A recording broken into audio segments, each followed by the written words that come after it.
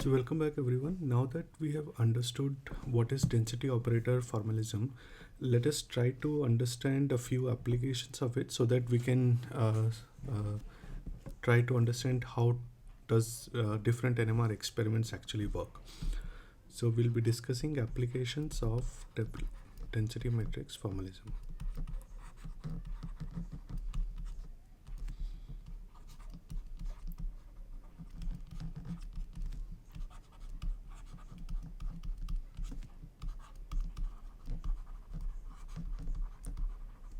Okay.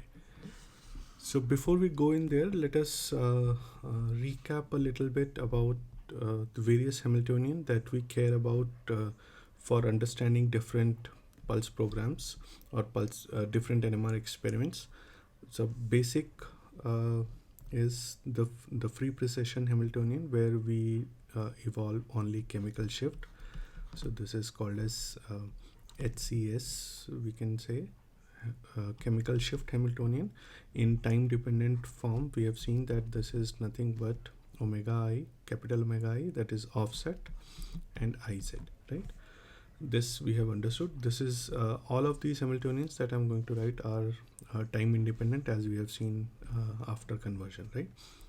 So similarly, during a pulse, let us say that it's a on resonance pulse.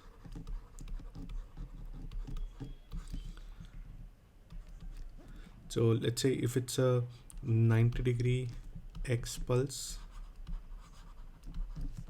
we'll call it as Ix as the Hamiltonian, where omega part will be, so the actual form will be omega RF or omega 1 applied for tau p duration, and then omega into tau gives you 90 degrees, so hence it is written as Ix alone, right? So I would say Ix. This is for 90-degree on resonance and applied along x-axis. So that means when I'm writing this, that means my offset is 0 and my phase is 0, right? So hence it reduces to just Ix. So for example, if I'm writing 90-degree Y pulse, then I will just write Iy as the Hamiltonian, right? Assuming again this is on resonance pulse. For off resonance pulse, of course, you will have this component coming into picture, right? Similarly for scalar coupling, and again I'm only considering the weak coupling over here. So for scalar coupling, we have 2 pi j Iz Sz, right? So this is considering weak coupling. So for now, let us only discuss these three Hamiltonian, and these are sufficient to understand the basic nature of NMR experiments. Of course, if you want to go more complex understanding of different pulse programs, you would need more complicated Hamiltonians, which will not be discussed here. So we'll be discussing only basic these three basic Hamiltonians, and based on this, we will try to see what all pulse programs we can understand. So the first application is called as spin echo module. We will see what is spin echo module.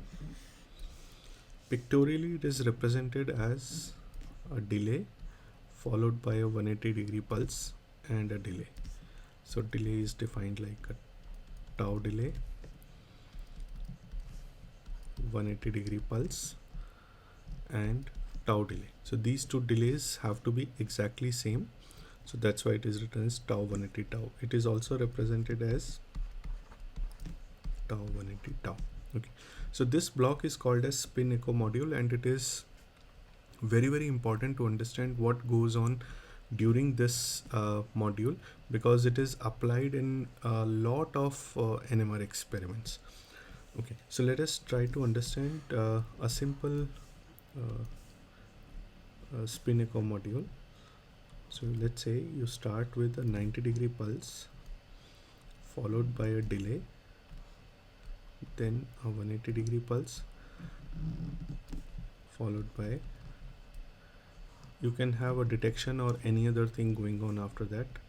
So if you notice here, this is how a typical pulse programs are drawn. So for example here, I have drawn a thinner rectangle for a 90-degree pulse and a thicker rectangle for 180-degree pulse, because typically the duration of 180-degree pulse has to be double of that of 90-degree pulse, right? It's all about the flip angle. So if the flip angle, that means if this is my magnetization, if I'm bringing the magnetization down to here, I would call it as 90-degree pulse, whereas if I'm bringing it down to here, I would call it as 180-degree pulse. And the only difference between these two is the time duration for how long the pulse has been applied. The frequency part remains same, the power remains same.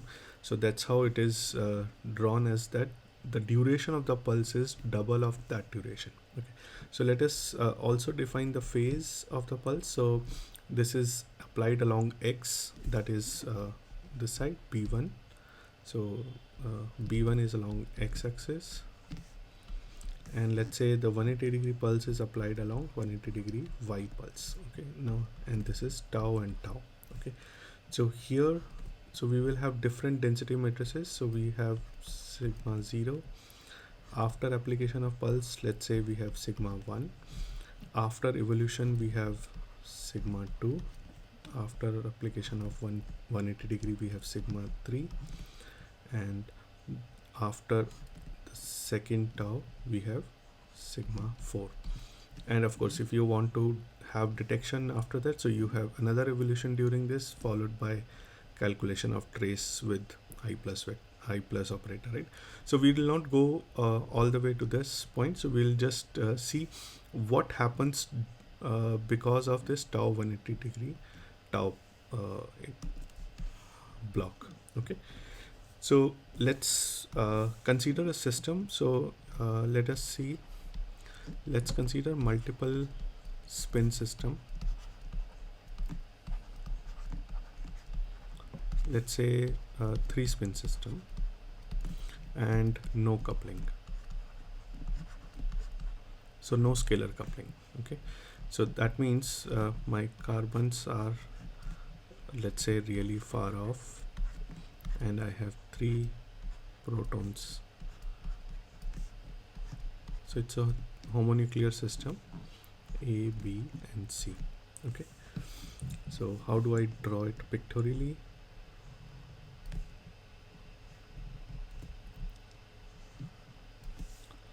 So let me choose different colors for, let's say, let me call it as A, that is red, then B is green. So I have 3 M0s, right, to start with, and then let's call it as C. C is orange. Okay, this is X, Y, Z. Okay, now so my sigma 0 is, what is my sigma 0? So sigma 0 is nothing but HZA, HZB, HZC, right? All 3 spins are along Z axis, so that's what my spin systems are. So HZA, HZB, HZC. Okay, so now what I'm doing is I'm giving a 90-degree X pulse. So 90x. So what happens if I give a 90-degree X pulse? So typically I will have minus HYA. Now this thing is going to rotate down to minus Y axis. Right? So you can also calculate using the old operator, new operator formula, which is which I have not mentioned here, but let me just mention it for the sake of so let's say if I have old operator applied on, let's say if this is my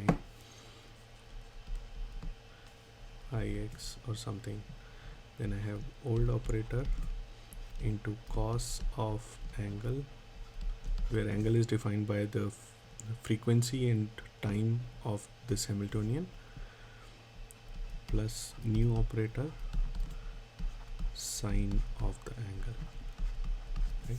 So if you use this, you will see that hz, when a 90-degree x pulse is applied, I will get hy, right? Okay, so similar thing will happen to all three.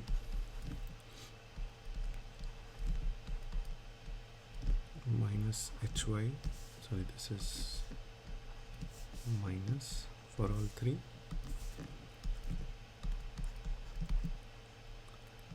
HYC. Okay. So let us also consider one thing, that the pulse which is being applied is on resonance with respect to B. So that means offset is 0 for B, whereas this one has offset positive and this one has offset negative. Okay. So let me write it more clearly. So because you can only have one spin as on resonance, the other spins have to be off resonance. However little it will be, there will be some off resonance effects. So when I do this rotation, that means I will rotate HB exactly to 90 degree. That is, my green vector actually goes along minus y, and for HA and HC rotation, these rotations will be along B effective, which is not along x-axis for these two spins, right? Because there is an offset effect. So that offset effect actually turns the vector.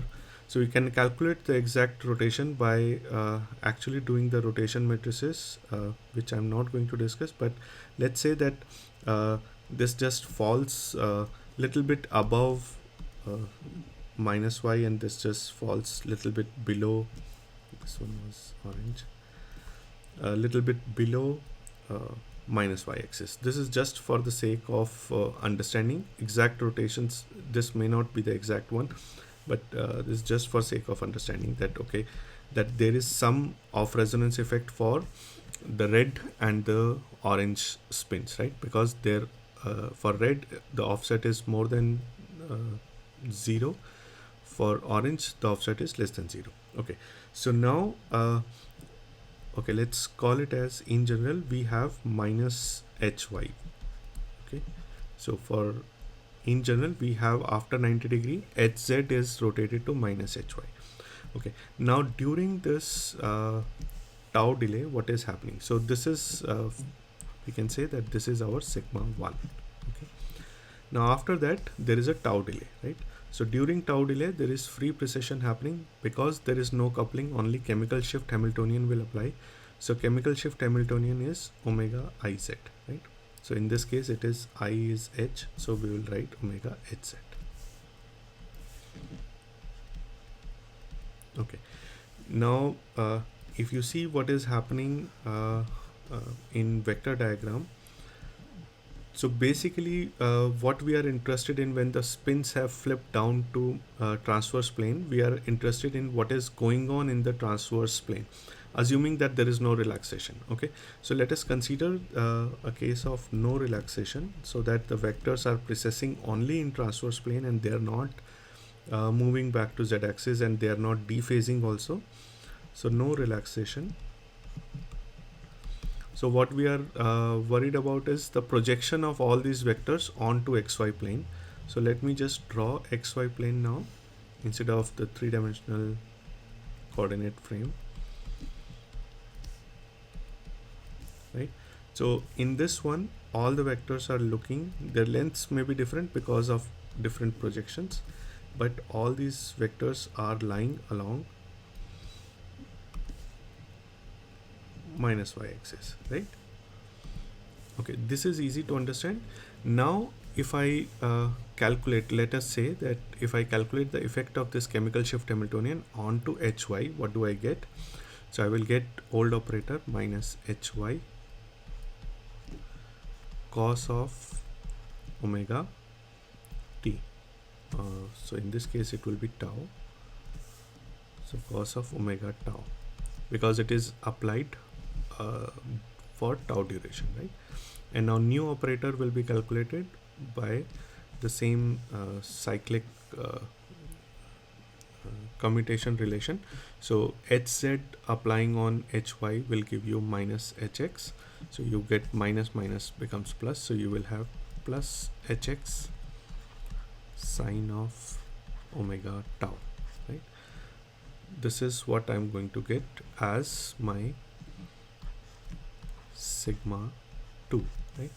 So that is what is happened after the duration of tau. Okay, that is called as sigma 2 here. Now if you see carefully that hy vector is evolving into hy and hx with coefficients as cos omega t and sin omega t. That means the vector has started to move in xy quadrant depending on what is the angle omega, what is the value of omega, accordingly this will move. For example, for spin B,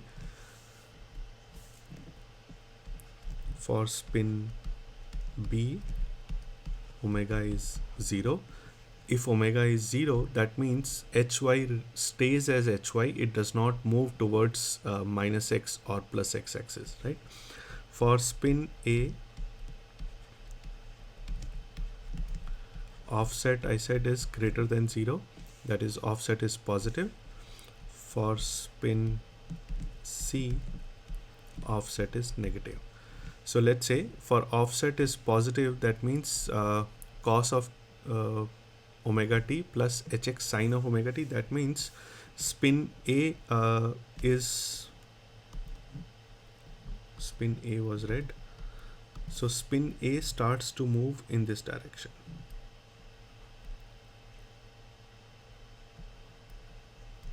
Right, because think of that minus hy is getting converted into no, sorry, not in this direction, in the positive x-axis direction. So let me redraw it. It starts to move in the positive side. So you have minus hy plus hx, right? So minus hy plus hx, and the coefficients are defined by, coefficients of projections are defined by cos of omega t and sine of omega t. Okay, now this is easy. Now for spin C, offset is negative, so that means if I take offset as negative here, so sine of minus theta will become minus sine theta, so that means you will have minus hy and minus hx contribution coming, which means my orange spin, that is the spin C, is moving towards this side, right? So this is what is happening during the tau evolution, that spins started to move, the off resonance spins starts to move, whereas the on resonance spin stays in the rotating frame. On resonance spin stays where it was, so on resonance spin stays along hy minus hy, whereas off resonance spins develop a hx character. So that is, it evolves from only minus hy to minus hy plus hx and minus hy minus hx, right, along with these coefficients. So this is sigma 2. Now let us say that what happens after I apply. So after tau, there is a 180 degree pulse along y, which is applied on both the spins, right? Okay, so now if I apply 180 degree pulse to both, so what I am doing now, I am doing 180 degree y pulse on both. So if I do 180 degree y pulse on both, so I will have minus hy. Now because the pulse is applied along y-axis, it does not do anything to magnetization, which is along y-axis, right? So rotation, so that means if rotation is about this axis y and my magnetization is also along y-axis, it doesn't change anything, right? It doesn't do anything to that magnetization. So my hy remains as hy after application of cos omega 180 degree pulse, so cos omega t. And what happens to hx? So hx goes to, So hx goes to minus hx, right? Because there is a 180 degree y pulse. So hx goes to minus of hx. So that means if I'm doing this rotation, if the magnetization is along x-axis, x, y, z, if I'm doing this rotation, magnetization is along this axis, this magnetization goes to minus hx, right? That is easy to understand. And again, you can also apply the old operator, new operator method to see where the magnetization will go. So this becomes minus hx sine omega t. Okay, now this is your sigma 3. Okay, now again you apply. Now how do I draw pictorially this thing? So basically what I have done here is I have done a 180 degree y onto this. So how do I show this? So if I do 180 degree y, that means this spin comes here, this spin goes here, right? So this is a rotation about y-axis. So that means this spin will come here, this spin will go there. Green spin will remain where it was, right? Green spin does not change. Okay, so let me just draw this situation over here. So you have x minus x, y minus y. The orange spin, which was originally up, comes down. The green spin stays where it was.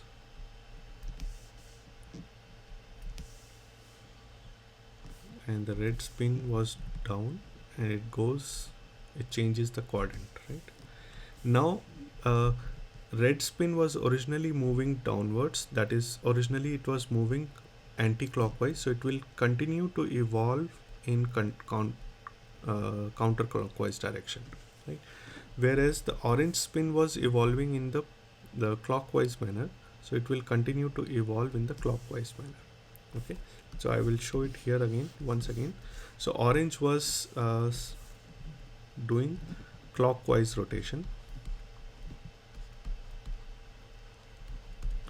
and red was doing counterclockwise, right? So that's how I have drawn these arrows. So red is still doing counterclockwise, whereas orange is doing clockwise, right?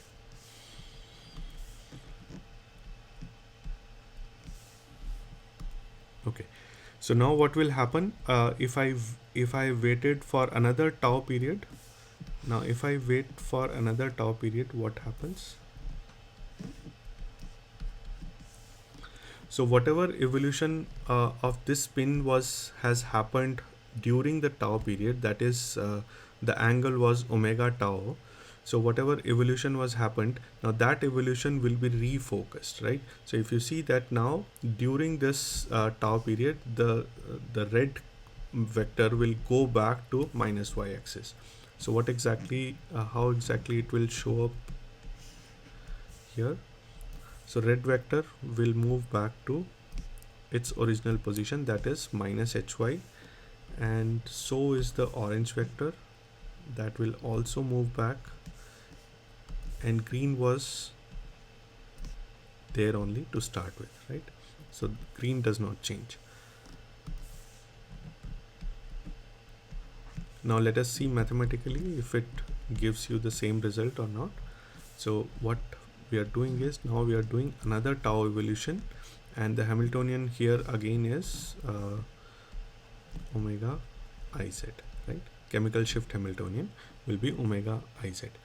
Okay, so now let's try to do this onto both the terms. So what I will have here is minus hy cos omega t, and then another cos omega t will come,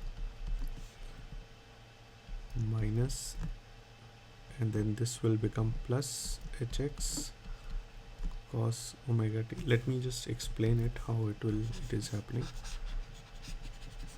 I think so. You have cos omega t, and then minus hy becomes minus hy cos omega t, plus hx sine omega t, right? So this is the first term after evolving for tau period. For the second term, what do I get? So let me write minus sine omega t out and hx cos omega t, and then if z operates on x, it goes to minus y, so you will have minus hy sine omega t, right? So these are the two terms which came as a result of evolution of these two terms. Now what do I get if I simplify this? What do I have?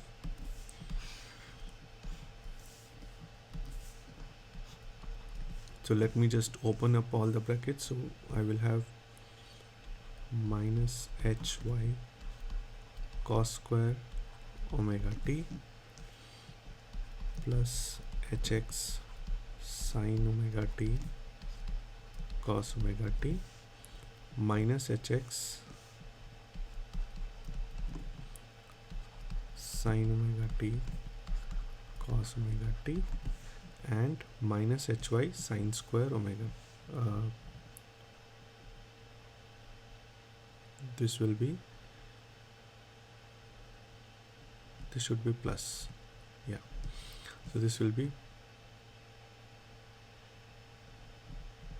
minus hy sine square omega t. Okay. Now this term gets cancelled, and what you are left with is equal to minus hy cos square omega t plus sine square omega t, which is nothing but this whole term is equal to 1. Cos square theta plus sine square theta is equal to 1. So you are left with minus hy, right? So all of the magnetizations have refocused back after tau 180 tau evolution to minus hy, right? So that means very important result, that there is no chemical shift evolution. So hy was the term which came as a result of first 90-degree pulse, right? If you go back and see, so when I applied the first 90-degree pulse, the magnetization went down to minus hy, and after I evolve it for tau 180-degree tau, there is no evolution of chemical shift term. That means I am not seeing any terms which are having omega in that. So there is all the omega terms have got cancelled. So that means there is no chemical shift evolution during the spin-echo block. So this is a very, very important result. So whenever we want to evolve the magnetization but we do not want any chemical shift evolution, we can apply spin-echo block. Okay, so this was the case of no coupling. Let us now consider a case where spin-spin coupling is also present. Okay, so let us consider second case of coupled spin system.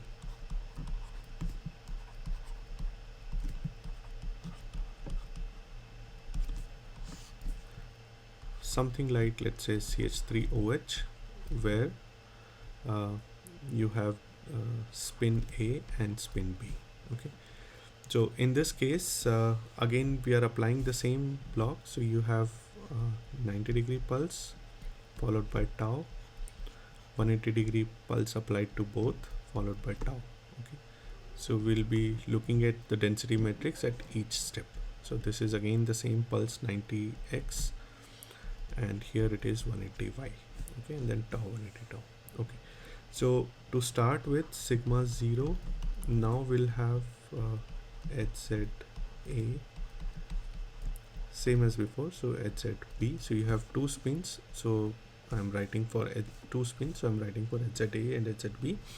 Now in this case, I am given that JAB is not equal to 0, so there is a scalar coupling present, right? Okay, we will see the effect of that during the tau evolution. Okay.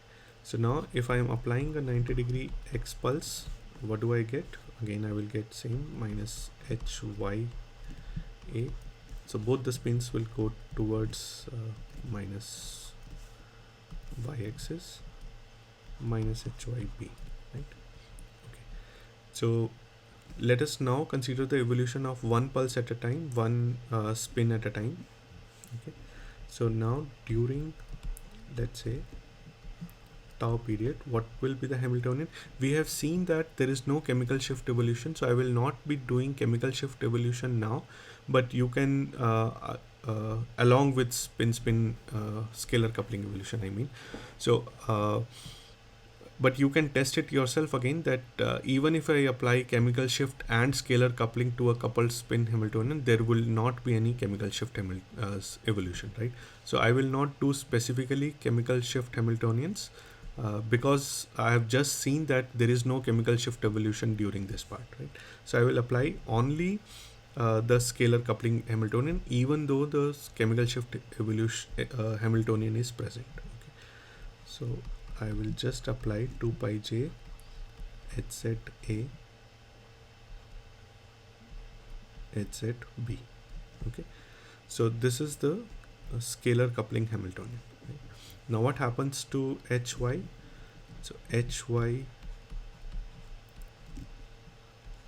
cos pi j tau, right? So this is old operator into cosine plus now the new operator is, so 2 hz A hz B acting on Hya, so only this will act onto this, rest of the two will remain same, will come as it is. So hz acting on Hy minus Hy will give you plus Hx, so I will have S Hxa, and this comes 2 and HZB comes like that only, okay, because they are not acting on it. And then the sine of the angle, which is sine of pi j tau. Okay. Now I am giving 180 degree pulse to both the spins, right? Okay. If I do that, what do I get? Because Hy is present along y-axis and my rotation is about y-axis, so it does not change. Cos pi j tau. What happens here? So Hx goes to minus Hx, Hz goes to minus Hz, that means both of them are negative, so minus minus plus, so I'm left with same. So apparently there is no change here also, although individual spins do get changed, but overall there is no change. Sine pi j tau. Okay, so we have done 90 degree, we have done tau rotation, tau evolution, 180 degree y. Now again you do tau, and again the Hamiltonian is 2 pi j hz A hz B, right? Okay. Now let's evolve one term at a time. So let's see what happens here.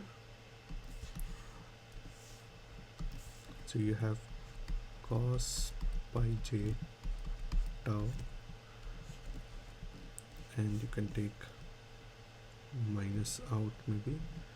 So you are left with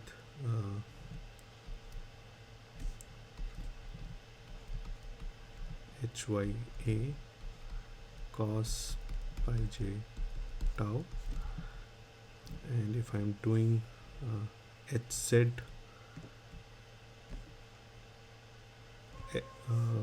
I'm doing Hz operation onto Hy operation, Hy operator, so I'll get minus of Hx A, and Hzb comes as it is because it does not apply on anything, and I'm having sine pi j tau. Okay, then the same thing on second, so sine pi j tau. Let's first apply on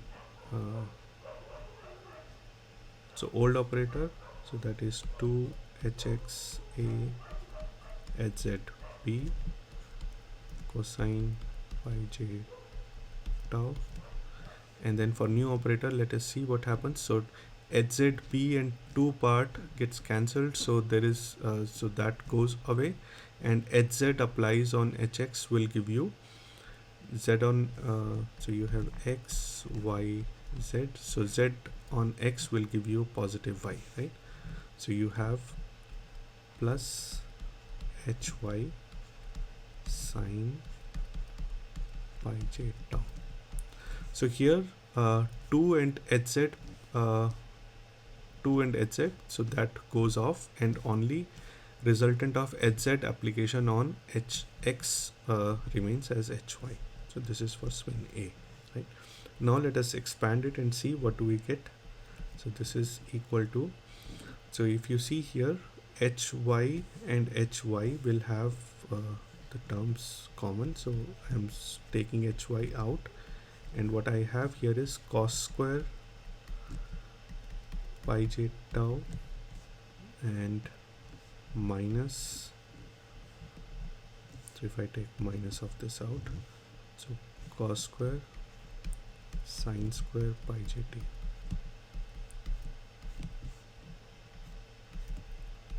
Right? Similarly, if I'm taking 2 hx hz b out, so I'm left with, this will become positive, so you have sine cos term and sine cos term from here also, right? So plus,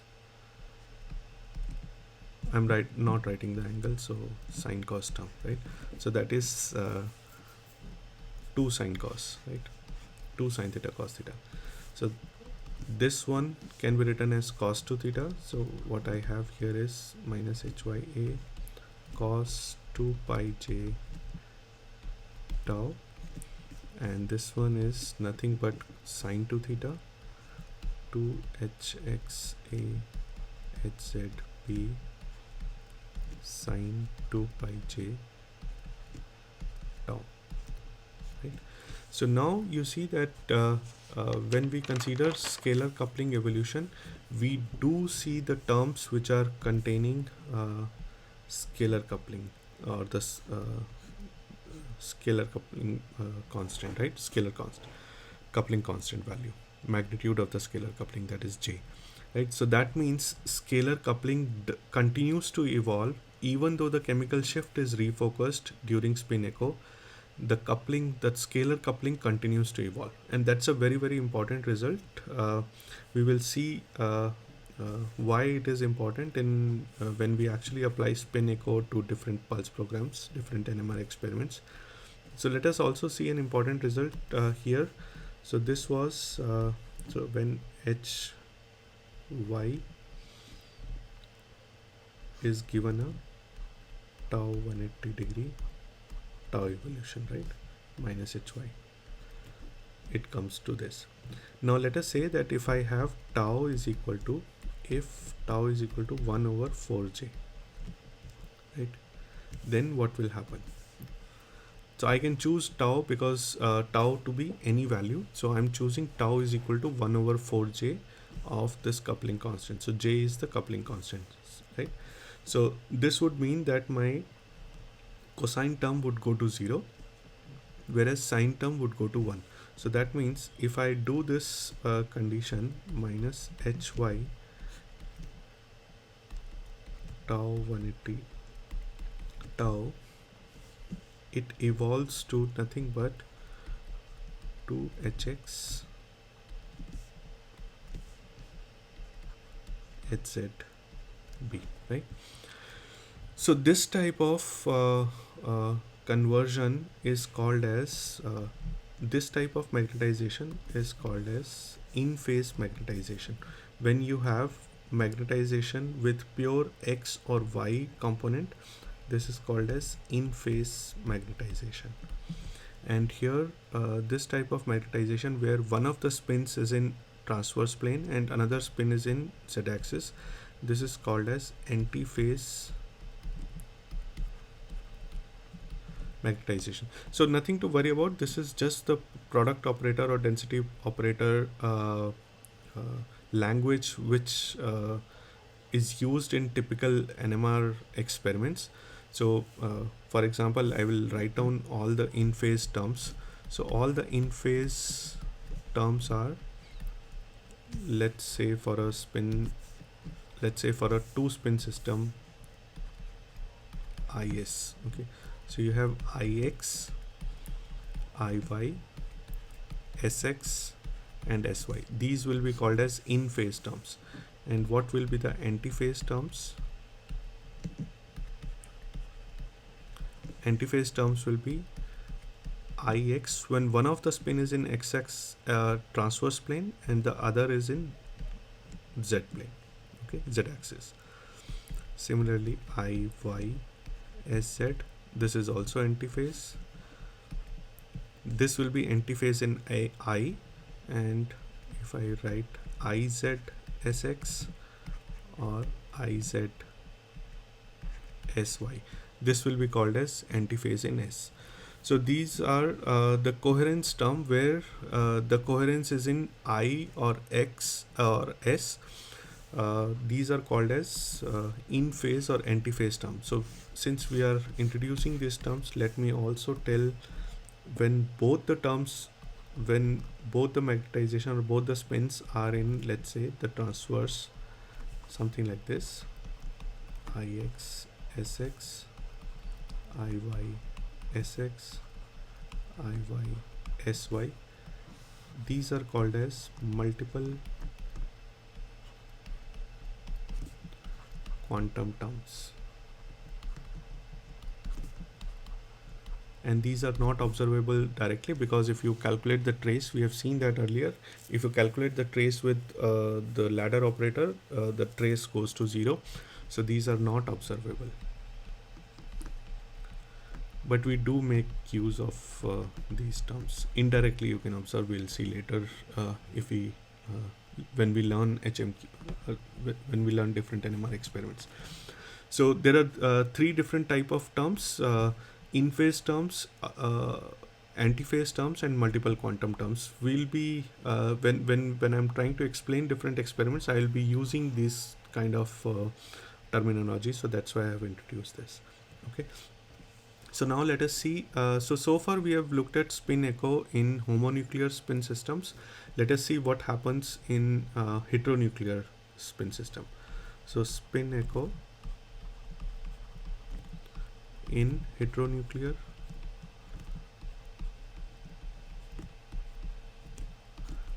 system. Okay, so the case is not very different or very difficult to understand.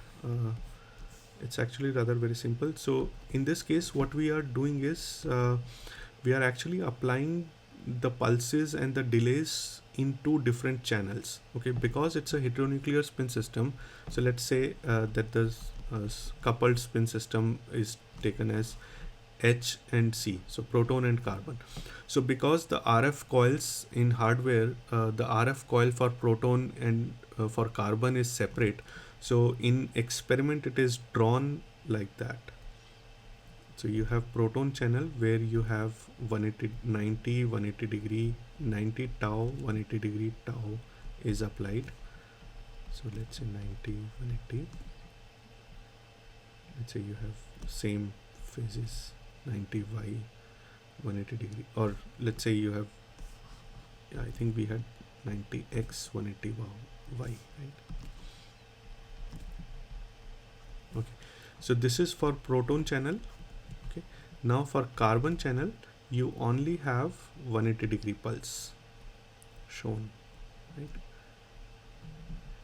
Rest is implicit, that here also you have a tau delay, here also you have a tau delay, but you do not have 90 degree pulse on carbon, right? So you only start with, so let's say if I am starting my magnetization, so my density operator at start is only proton in Z axis. Okay, so let's do this same calculation. So if I'm doing HZ and I'm applying 90 degree X pulse onto only proton, what do I get? I will get minus HY, right?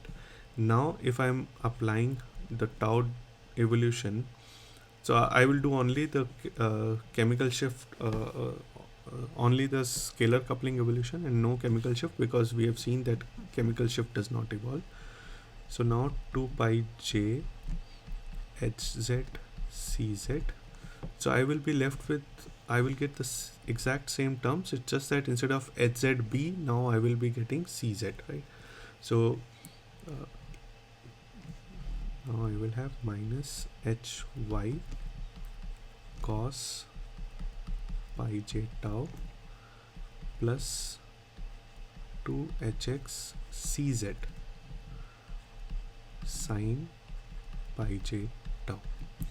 Okay, now when I'm doing the 180 degree pulse, so 180 degree pulse is applied on proton as well as carbon, right?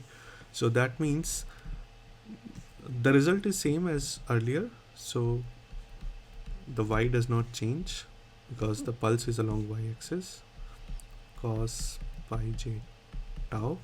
Now I am applying pulse on both the channels. So if I am applying pulse on both the channels, so which is drawn over here, that means hx will go to minus hx, cz will go to minus cz. So overall there is no change in sign. 2hx cz sine pi j tau. And now if I continue to evolve for tau period, what I am going to get is minus hy cos 2 pi j, and I request you to finish this calculation. The calculation is exactly same, 2hx cz sine 2 pi j tau. Okay, so you see that from starting with proton, you have hy cos 2 pi j tau and hx cz sine 2 pi j tau. Okay, so again you have shown that there is a chemical shift evolution during tau 180 degree tau delay, right? Okay, so let me give you some home exercise. So try to solve for two different type of spin echo sequences on heteronuclear system. So let's say my proton is drawn like this. So you have 90 tau 180 tau.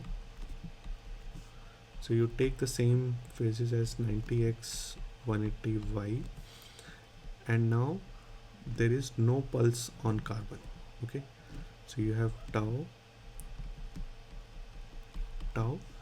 right? No 90 degree pulse, no 180 degree pulse. So try to see what will be the sigma at this point. Okay, find out what will be sigma t at this point. Okay, this is one.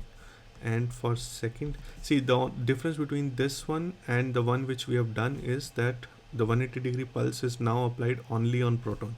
So the difference which you will get here will be the negative sign here, and then what will be the resultant over here, that will be a little different, right?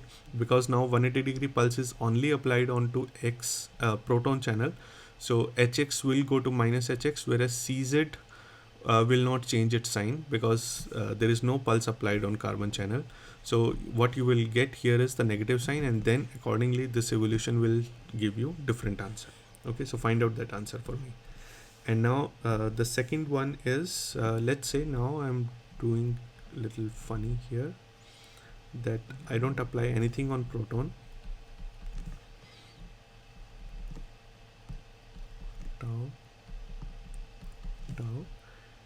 So this is proton channel, this is carbon channel, and now apply 180 degree on carbon channel. Okay, so again this will be different. So here now again this will become negative because you are applying only on carbon and not on proton. So see what will be the resultant over here. So find out at the end of this what will be sigma t.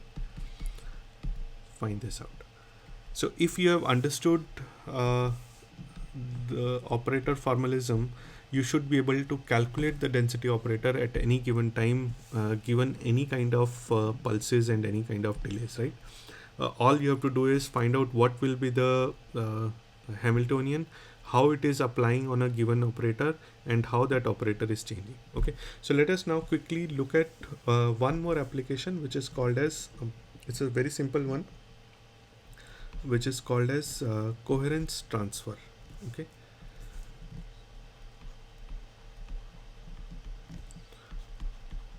so coherence, as you know, is basically that when magnetization is present along along transverse plane, we call it as coherence, and when it is present along z-axis, we call it as population, right?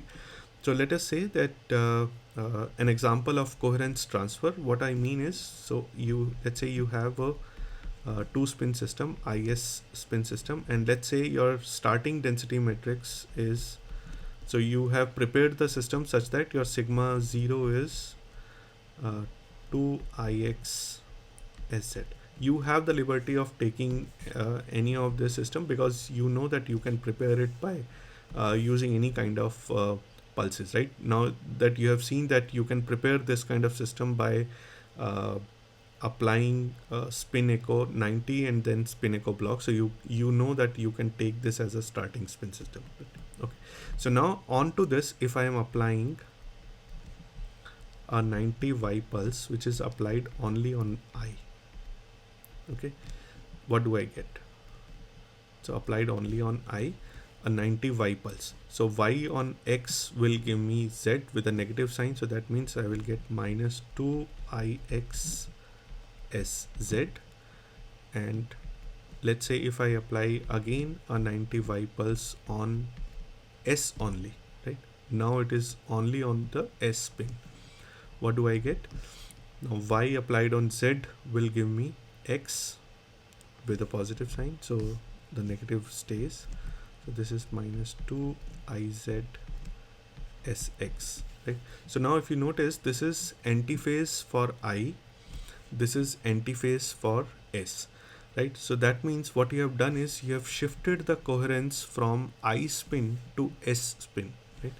How do you draw this in a pulse program fashion? So what I have done is, let's say if I'm